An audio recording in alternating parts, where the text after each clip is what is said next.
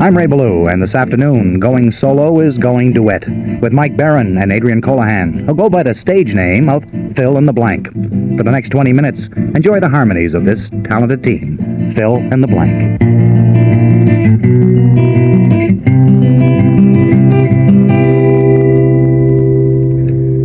Very nice little instrumental to get us started on Going Solo this afternoon. First of all, I want to find out, what is Fill in the Blank? Who wants to handle that one? How did that come about? I think I'll pass that to my learned colleague, Mr. Mike Barron. Okay, Mike. Well, thank you very much. Yeah, I appreciate that. Fill in the blank is a concept that means absolutely nothing. It's just a name that we try to go by to make people remember us, basically. And it worked. Were we just sitting around making puns one night and the name came up, or did you draw it out of a hat? Well, actually, we came up with fill in the blanks. It was going to be like a gunshot type of routine, and then we just drew on it and made the pun fill in the blank, because we figured we should have an identity, even if the person Phil isn't in the band. That's right. But however, I'm Phil. After 3 nights of arguing who's going to get top billing, we decided that I'd be Phil. Yeah. Okay. Mike is Phil for today.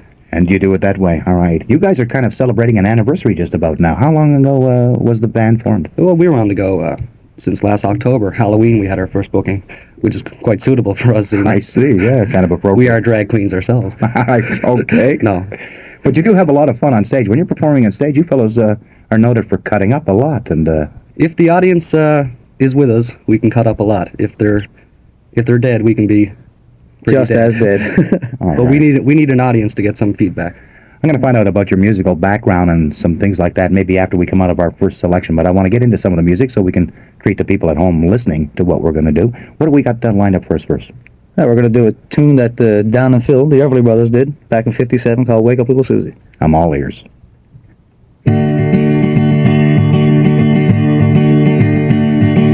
Wake up, little Susie, wake up. Wake up, little Susie, wake up. We both fell sound asleep. Wake up, little Susie, and weep. The movie's over, it's 4 o'clock, and we're in trouble deep. Wake up, little Susie. Wake up, little Susie. Well, what are you gonna tell your mama? What are we gonna tell your pop? What are we gonna tell our friends when they say, ooh la la, wake up little Susie, wake up little Susie. Well, I told your mama that you'd be by 10. Well, Susie, baby, looks like we goofed again. Wake up little Susie, wake up little Susie, we gotta go home. Wake up, little Susie, wake up. Wake up, little Susie, wake up. The movie wasn't so hot, it didn't have much of a plot. We fell asleep, our goose is cooked, our reputation is shot. Wake up, little Susie, wake up, little Susie. Well, what are you gonna tell your mama? What are we gonna tell your pop? What are we gonna tell our friends when they say, ooh la la, wake up little Susie, wake up little Susie, wake up little Susie.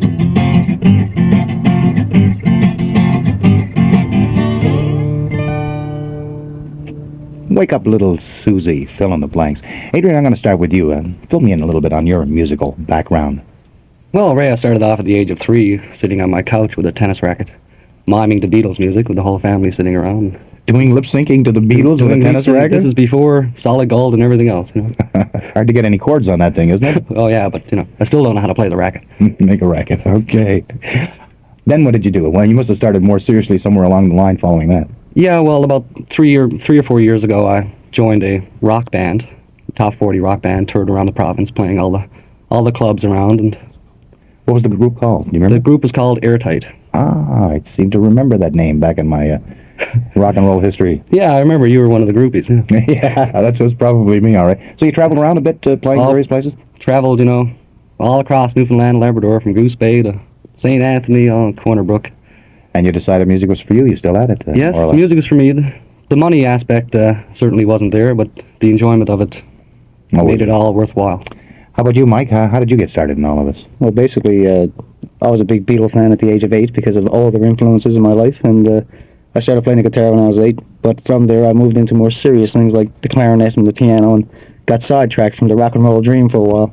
And basically, though, at the last couple of years, I just decided to put more resources and time into the guitar and singing, and I have a much better time, actually. And you met up with a talented singer like myself, and together we are dynamite. That's the way to do it. That's the way to do it. Now, we were talking about the money aspect not being that good, but the love for the music was there. But you fellas have day jobs, as they say. You didn't quit the day job. What do you do? Adrian? I'm now enrolled in a commercial art course at the College of Trades, and I'm going to pursue that for a year anyway, and hopefully go to the mainland and go to a real college and study Continue for from another there. couple of years and continue with the music as a sideline. And Mike, I understand you're a bit of a computer buff. Tell me what you're into. Well, I'm not really much of a computer buff, but my present job is Director of Information Systems with a hospital here in the city. All right, we want to get in as many selections as we can on Going Solo for this afternoon in the brief time that we have. Tell me about the next selection. What are we going to hear? We're going to hear a song by Kenny Loggins and Jim Messina called Watching the River Run. Ah, a nice song.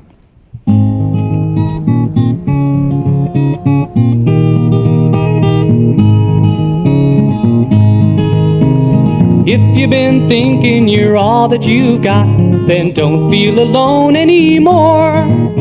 'Cause when we're together, then you've got a lot. For I am the river, and you are the shore. And it goes on and on, watching the river run. Further and further from things that we've done, leaving them one by one. And we have just begun, watching the river run, listening and learning and yearning. Run, river, run. Winding and swirling and dancing along, we pass by the old willow tree, where lovers' caresses we sing them our song, rejoicing together as we reach the sea. And it goes on and on, watching the river run. Further and further from things that we've done, leaving them one by one. And we have just begun, watching the river run, listening and learning and yearning. Run, river, run. If you've been thinking you're all that you've got, then don't feel alone anymore. 'Cause when we're together, then you've got a lot. For I am the river, and you are the shore. And it goes on and on, watching the river run. Further and further from things that we've done, leaving them one by one. And we have just begun, watching the river run, listening and learning and yearning. Run, river, run.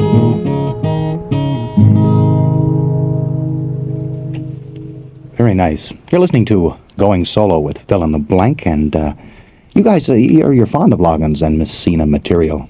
Yes, we do. We do a few Loggins and Messina songs, and we like the harmonies and the softness of it, and it seems to work well with one guitar and two vocals. So you adapt to their kind of music and do your own version, then? Well, it's pretty close to the original, we like to think, and we like the country sort of rock influence on it.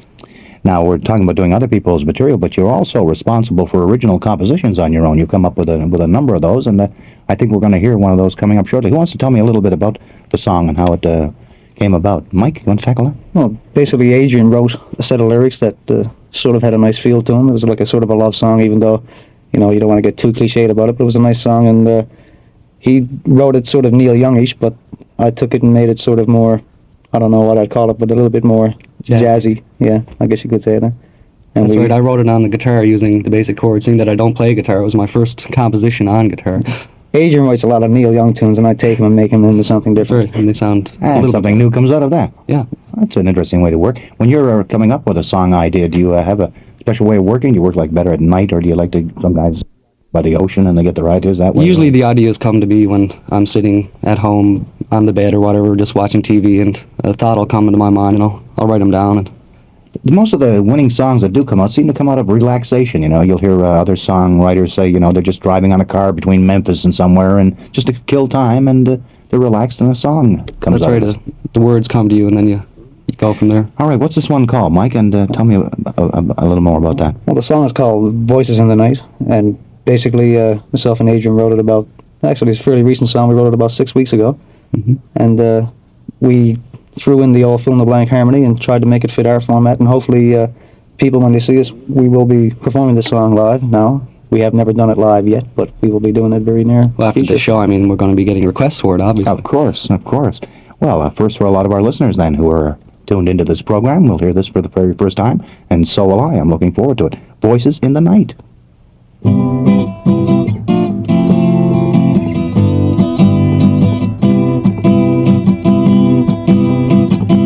You and me were meant to be songbirds of the night, flying high above the sky on wings of broken light. You and me together makes the world seem right. Who'll hear our cries or lullabies in the darkness of the night? You and me were meant to be songbirds of the night, flying high above the sky. There's no better place to hide. Broken-hearted dreamers searching for the light. Who'll hear our cries or lullabies in the darkness of the night?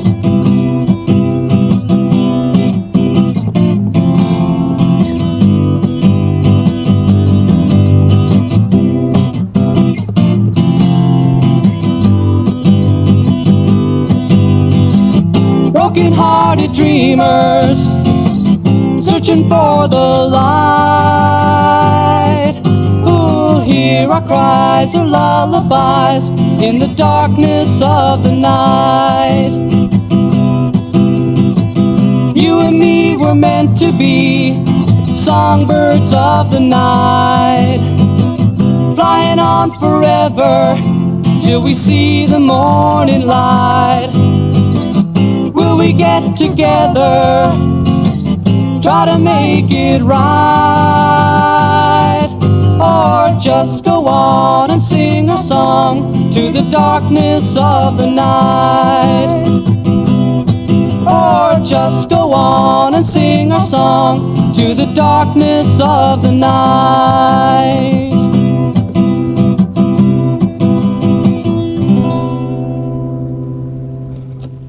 It's called Voices in the Night, an original composition by Fill in the Blank, who are featuring on Going Solo today.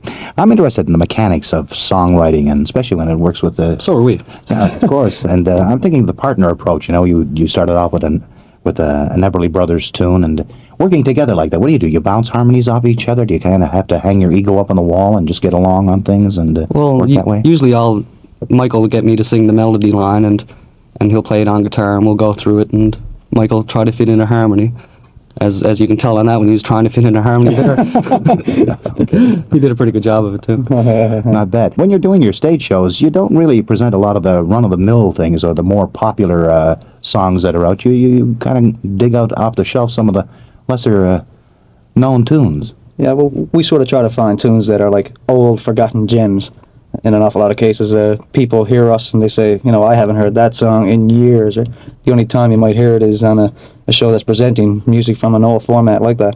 So basically, that's how we pick all of our material. We try to find something that is not being played by everybody else in our marketplace, and that people will like because they haven't heard it in years, and it's a quality tune. Do you yourself collect old records and perhaps refer to them now and then to get ideas? I have quite a record collection. Basically, I'm a Beatle fanatic. I have 150 Beatle albums home of various sorts and legalities and illegalities, etc. But Yeah, it helps when you do have that kind of collection to draw on, because it's very hard to get this kind of material in the marketplace. Basically, when you go to a record store, it's top 40. Yeah, most of our music has been picked from Mike's vast radio collection Of records and stuff. of records. Okay, when you have all of these records and you have all of these different songs, is it difficult finding material just for one guitar and two voices? Surprisingly not. I mean, we do stuff by the Guess Who, and we just don't have any problem with it. It fits in. You don't even seem to miss. We don't seem to miss anyway the lack of drums and lead guitar and production. We do a song called No Sugar Tonight by the Guess Who. I mean, it's just not meant to be done if you want to look at the record and hear it by two people, but we took a shot at it and it works. It just happens. Well, you've been traveling around. You're doing a lot of stage and stuff like that. Any plans in the work to do some recording? Well, basically, right now, we're spending an awful lot of time with our own sort of personal studio we have set up, and basically it's for original material purposes. And we'll be hopefully sending some of this material off to the powers that be to get either opinions or offers or whatever it takes. But basically, that's the direction we're going in, is the original material. Do you worry at this stage about how you're going to go about copywriting your material and doing things, or do you know how that's handled? Well, actually, I've done a bit of reading into the subject, because most people that write original material should be paranoid about it, because nowadays it's a big issue in the music industry.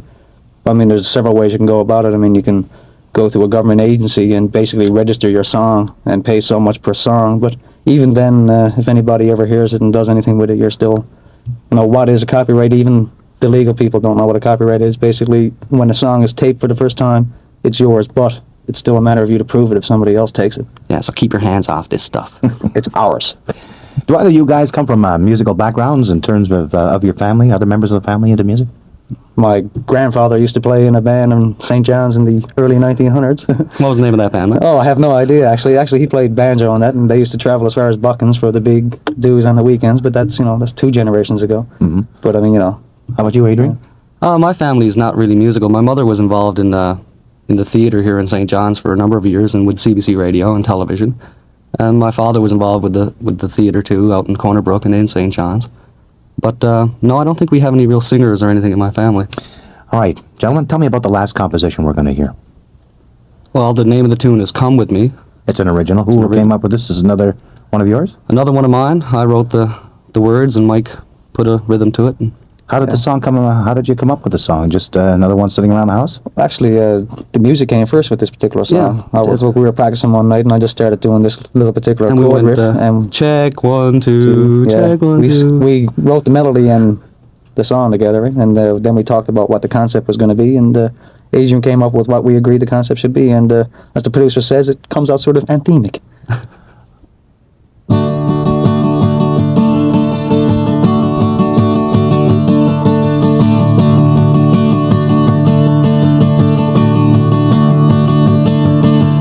Come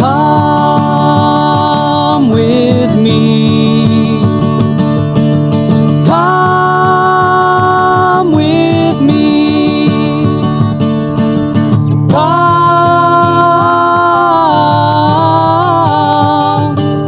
with me. Let's all get together. Listen to the song. Forget about the plans you made. We're bound for moving on. There's something that you got to see. There's always something that you've left undone. Come with me. Come with me. Come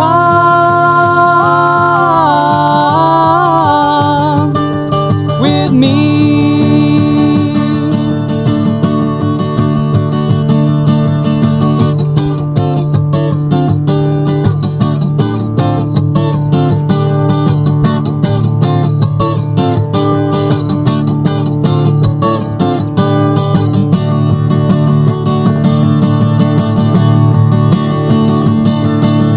Get your things together. Kiss your cares goodbye. Welcome to the brave new world that's left for you and I. Forget about the plans you made. Forget about the things we've said and done.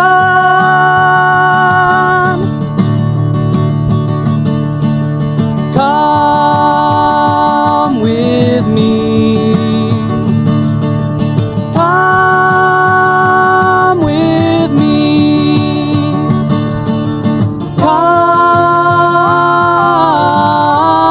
Come with me.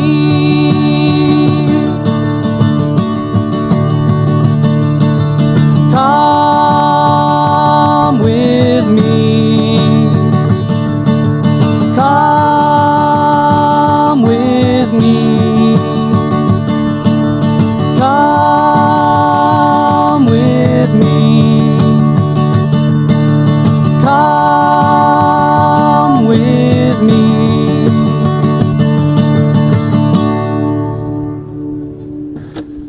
Original composition titled Come With Me, and you're listening to Fill in the Blank on Going Solo here on CBC Radio this afternoon. And I guess from what you guys are saying, it's going to be onward and upward, straight ahead for Fill in the Blanks here on down the road. Yeah, basically, we're just going to continue writing original material and perform live as much as we can, as the marketplace allows us. Well, Adrian, Mike, it's been a pleasure meeting both of you. You got a great sound, and I wish you the best of luck with all of your undertakings musically.